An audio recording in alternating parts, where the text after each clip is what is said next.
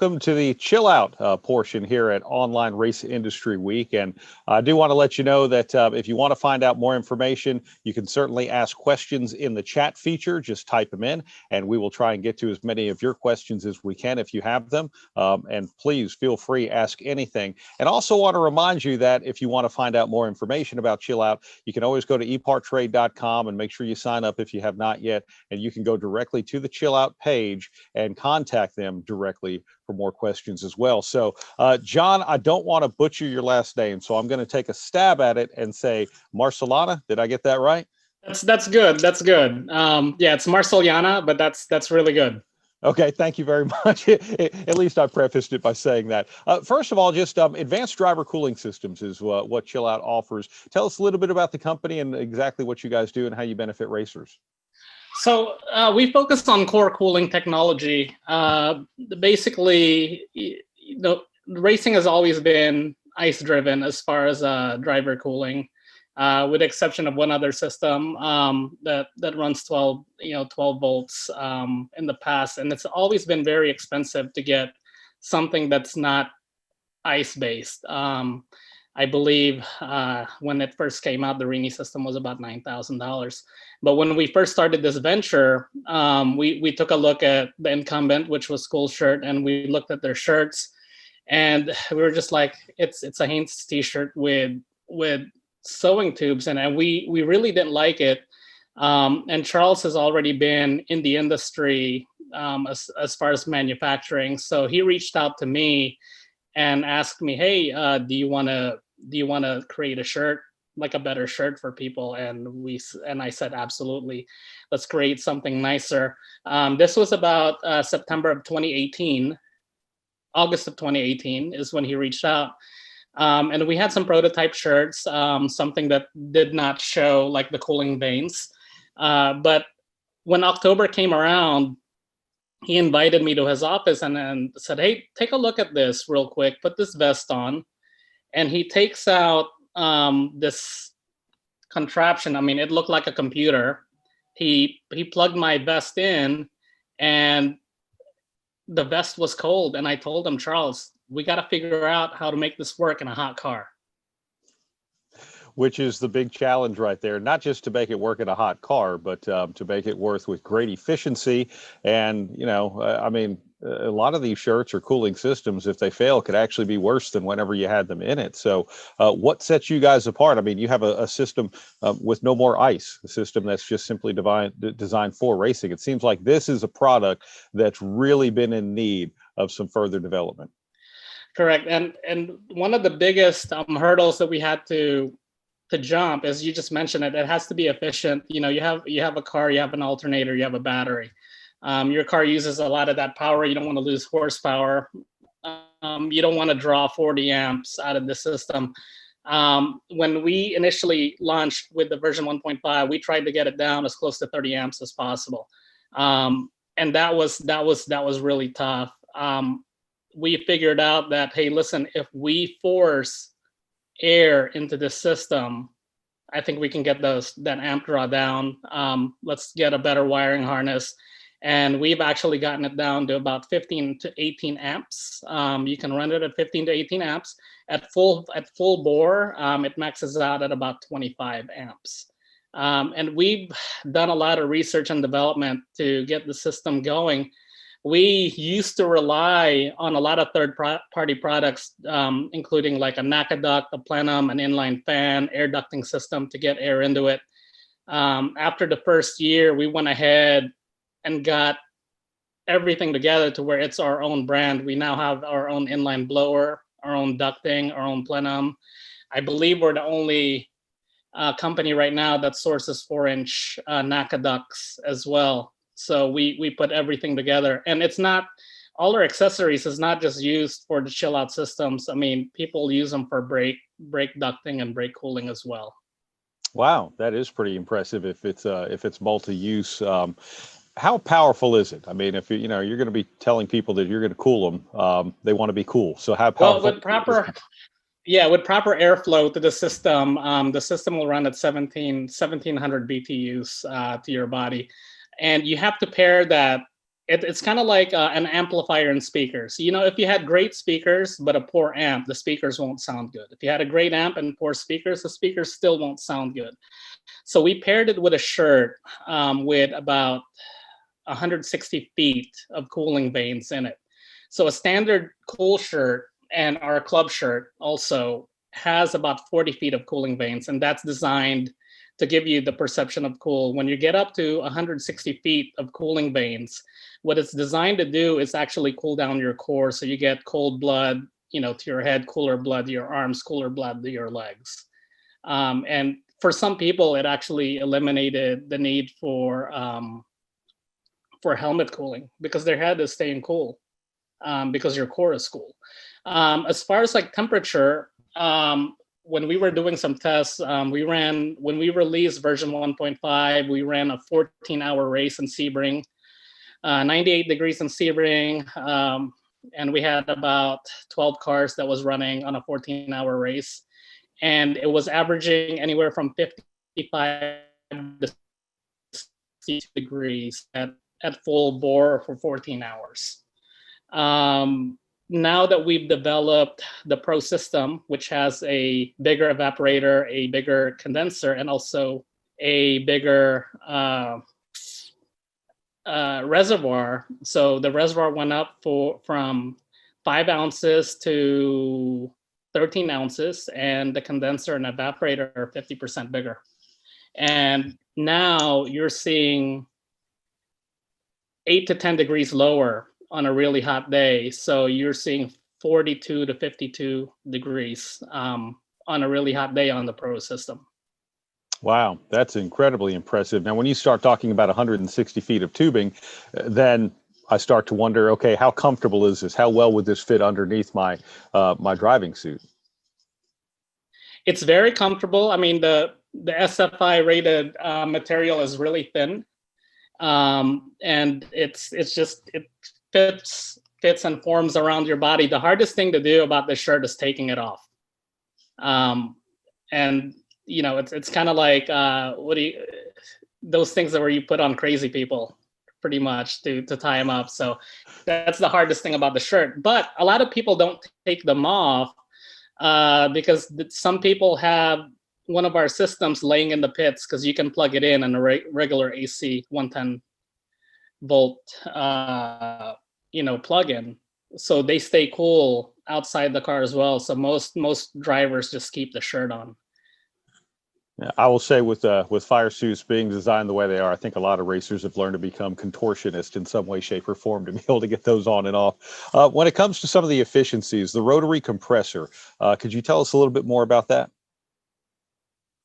So it's a 6-speed rotary compressor, which really helps. It starts out slow, so when you first turn on your car, it doesn't crank up the amps all the way up to 25 amps already just because you turned on the system. It has 6 speeds. It starts 1, 2, 3, 4, 5, 6, and slowly ramps up to cool down the system. Depending on what setting you have, what power setting you have on the system, that's how fast it'll turn. Okay. The 6-speed, which will draw 25 amps, the fastest on a really hot day. Okay. The installation in this, how much space is this going to take up inside of the race car? How simple is the system? It's about the size of a 9.5 shoebox. The box itself, when it's completely dry, is about 10.5 pounds. When you add the fluids, the hose, the base plate, if you're going with the steel base plate, the non-carbon fiber, I think the max that you're seeing is about 16, anywhere from 16 to 20 pounds, depending on the base plate that you have. The installation, most people put it on the passenger side, and they face the exhaust fans on the transmission tunnel so that you're getting in colder air from the other side. And we've also developed a plenum to where you're getting air from outside the car, not the 130 degrees that you have inside the car. Oh, wow. That is really nice. By the way, if you have a question for James, you can certainly do so. Just type it into the chat. If you want to know anything about the Chillout system, maybe some things that we're not covering here, questions specific to your needs, we can talk about that as well. And James, you talked about endurance racing in a series where we've got multiple drivers sharing the same car. If they want to Right. utilize the same system, how easy is that to do during a driver change? It's very easy. You know, the most important thing to do is for the drivers to all prime their shirts before the race. Once all the shirts are primed, you top off the reservoir, and you can run almost a whole race on a full reservoir. We recommend that you top it off every other pit stop, because there you do lose a couple drops when you disconnect with the system. Back to the safety of the device, we spoke about that if something breaks, it could actually be dangerous that you get hot fluid in your body. We've actually remedied that already. And what we did was we built a cooling loop within the system. The older systems, what they would do is it would just completely stop. So the internal cooling loop will actually keep cooling the system, even though it's not getting to your shirt. If something is pinched, it'll still keep working until you work that pinch off, and then you get the flow. The remote control will tell you if there's a pinch or not, and it's very visible right in front of you. All right. We do have a question from the chat. Dustin Stephen wants to know what products are coming out from Chillout Systems in the next few years. So right now, we just came out with the version 3 and the Pro system. And after what we learned from the version 1.5 and the version 2, these two systems will be around for a long time. But that being said, we are releasing our pit cooler, which you can plug in up to 12 drivers / workers that you have, in the pit. So while the guys that change the tires, if they're not changing tires, if they're not fueling, they can sit comfortably in the pits, and while they're using the pit cooler, and they can have a club shirt on, or they can go with the SFI rated Pro shirt. That's not so the bad. pit cooler is the next big thing that's coming out. Wow, that is really that actually seems like a really wonderful thing for a lot of the teams. There are drivers who, might resist this technology. Maybe they've heard bad things about it. They question how it works. What do you say to someone who maybe is a little bit apprehensive to try a cool shirt or to try something that's going to help keep them cool in the car? Listen, I'm in the before I got into this, how Charles and I met, I was in the track day industry, and he was doing a track day with me in the middle of July at Charlotte Motor Speedway, and that's what brought about doing these shirts. So the only thing I can say is on my very first endurance race that I got to watch and actually be in the pits, I got to see a guy come out of a car because his cooling system failed, and he was literally on his hands and knees. And that's only because it probably ran out of ice after an hour and a half, and it was a 2-hour stint. So that last hour, I mean, he was literally on his hands and knees, and I spoke to him afterwards. And I told him, I mean, I'd hate to do this. I felt like a vulture, but we'd really like for you to try on our system. One of the other tests that we did was we had a guy who's a runner, and he ran 4 miles in the middle of the day in a race day, and then we had him put on the system on a Pro shirt, and he said he got his core temperature back after running 4 miles in about 8 minutes with our system. Wow, that is pretty impressive. You were talking about having to prime the system and prime it, and the things that you have to do. Look, everyone wants things to be easy. They want things to be plug and play. How difficult is it to do that? Is this a fairly simple task for a driver to do? Yeah, it's a fairly simple process. You plug in your shirt to the system, you turn the system on, it takes the fluid out of the system and into the shirt, and then you refill the reservoir in the system, plug in the next shirt, and vice versa until it's full, and then you top off your system. As far as like maintenance and storage, our coolant has built-in fungicide with it, along with the propylene glycol. So the fungicide will keep the fungus out. We like to run our coolant 4-to-1 for maximum efficiency, cooling efficiency. But when you're storing it, we like you to run just the coolant itself and leave that in the system so fungus doesn't form when you store your shirt and your system.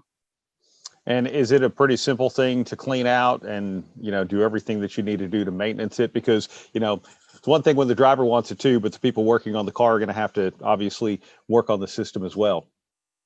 Right. So it's almost zero maintenance. It really depends on how much dust and oil you keep out of the system. Maybe at the end of the season, you open it up and you blow the system out with like an air gun and just make sure it's clean inside. And then you store it with our coolant.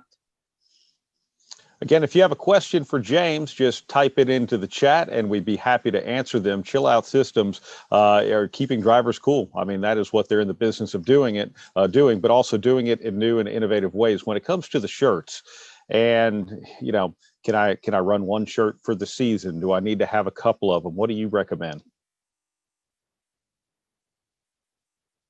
I'm sorry, you got cut off. Oh, was that breaking up a little bit? Okay. When it comes to the shirt, yeah, go ahead, ask the question again, please. Okay.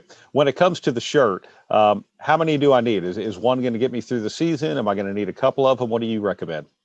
One will get you through the season, but remember, on a race day, sometimes you have 2 days. I mean, you don't want to have a stinky shirt, but I've gotten a phone call from people and asking me, hey, how do I clean the shirt? And it's mid-season. I was like, you haven't washed your shirt yet?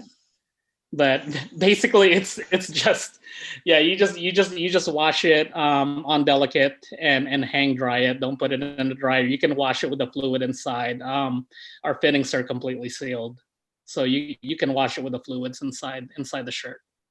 That's not bad. That's not bad. Have you found any issues? You mentioned a lot of people might install it in the passenger side, or you talk about how many amps the system draws and all of that. Have you found things that work better in different types of race cars? I mean, endurance racing, this seems like it would be a big thing. Anyone who's running any type of a long thing, this seems like it would be a great thing. But what are maybe some race car type specific things that you guys are learning about? So it's always best to install it where there's a lot of airflow. You don't want to install it somewhere where it's completely hot, like under an exhaust. You don't want to do that. The reason why we put it on the passenger side is because the run to get fresh air into the system is the shortest amount. So there's some people that will put it in a trunk, and when you do that, you're going to need an inline blower to pump air in. We sell the inline blowers. We have a 4-inch inline blower that will do 285 CFMs into the system, and then the exhaust fans on a Pro system is 440 CFMs to exhaust it out. So I'm sorry, go ahead. No, go ahead.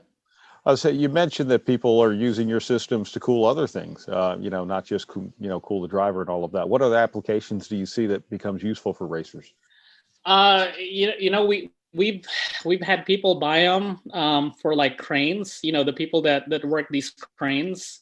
We've had a couple people buy the system because it gets hot inside that glass, so they're keeping themselves cool. We've had a couple personal aircraft pilots try out our systems as well. I mean, there's so many uses that you could do with these. I mean, a SWAT team can buy the system and keep themselves cool before they do a raid. I understand that Border Patrol has to cool themselves down, like after every 15 minutes, they have to get back in their car to cool down. I mean, imagine if they had one of these systems as well. Yeah, I can see where it would be a huge asset to a lot of different industries. As far as getting the business started and moving things along, you mentioned you're on version 3 of the shirt right now, but this is probably going to be a version that's around for a long time. Can you talk about, I know you talked about maybe some future products, but maybe some things that you guys are still working on that might, become a part of the product line? So right now, I mean, we did so much research and development to get the 3rd version of the cooler out and the Pro version of the cooler out. I mean, the money that we made, like with the version 2s, we just put it all back in the company just to innovate and keep innovating and keep getting the accessories that we need so that we don't have to go to a third party. And that's really where we're at right now. And the last piece of the puzzle right now is this pit cooler that we will be launching next year. As far as under development, we are developing one that's going to be like a fanny pack right now that will have a lithium battery in it, to where, you know, the track day guys can use it, that you can actually bring it with you like in a small bag. And the market we're trying to target with that are the motorcycle folks that do motorcycle racing. Wow, that need cooling. But that sounds it's going to be like a fanny pack. And you know, that's been 2 years in the making, and I've seen a couple prototypes. We're just not there yet. I mean, we don't want to release a product, you know, that's not going to work. When we release a product, we want it to work. Even the version 1 that we released, we baked that system in an oven, 130-degree oven, and we were still seeing 70 degrees on a shirt before we put them in race cars and before we thought about airflow.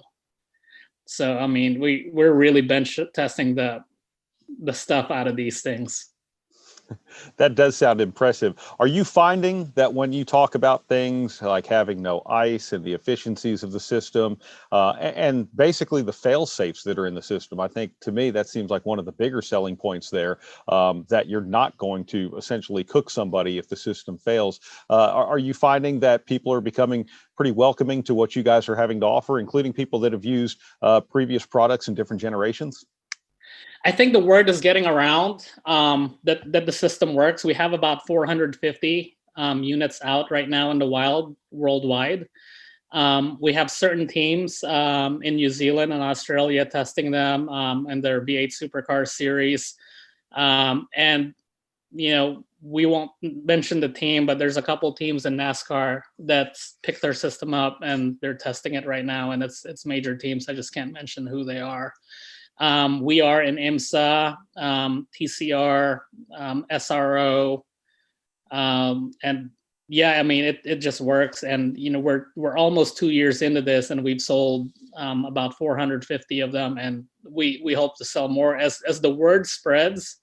I mean, this will be a household item, and what we try to tell people is, you know, think about your body and think about this as a safety device for your body. I mean, when you're fighting heat, when you're racing, I mean, you're taking concentration off the track because you're fighting this heat and you're thinking about this heat. If you don't have to think about that, I mean, the lap times will be more consistent and it'll be there.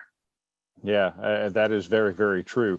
Well, James, this really does sound like truly an innovative product, a generation of this product, and a way to do it that has been like no other. So we really appreciate you and what you guys are offering to racers, and really appreciate the fact that you've just been a part of Online Race Industry Week as well. Yes, and thank you guys. And I mean, I just want to give a shout out to Epartrade. You know, we just started using you guys about 2 months ago, and I've been browsing, and I've been in contact with some teams that I haven't been able to contact because of Epartrade. So the system works. Wow, that's James. Thank you very, very much. And it's interesting because we had Brian Herta on yesterday for our lunch sessions, and he mentioned that, you know, he had been contacted, and actually you do a great job, and so thank you. Really, we designed this platform to bring the industry into the 21st century. It's funny you mentioned Brian Herta. He was one of the teams that is really, really very hard to get a hold of, and he was one of the guys that I got a hold of because of Epartrade. Well, thank you. He's a wonderful man. He runs his team so well, and thank you, you know, for your support. We're delighted to have you on board with us, and thanks for your time today. Registering on Epartrade is easy. Fill out your name, email, phone number, and create a secure password. Next, select your business type. Choose supplier if you're looking to display products or services and connect with buyers. Choose racing business if you're looking to find new parts and connect with suppliers. Choose Race Team if you own or are a member of a professional racing team. Begin typing your company name. We most likely already have your company in our database, which you can select from the drop-down. Then, enter your job title. Choose Claim Company if you'll be editing your company profile. Other members of your company can choose Join Company if they'd like to use Epartrade as well. You can view and agree to our terms of use here. If you'd like to receive our weekly newsletter, choose Accept. Click Register Now, and your registration will be submitted for approval. You'll need to confirm your email once it goes through. To keep our platform industry only, you'll be approved shortly after. If we require additional proof of business, we'll reach out. Welcome to Epartrade.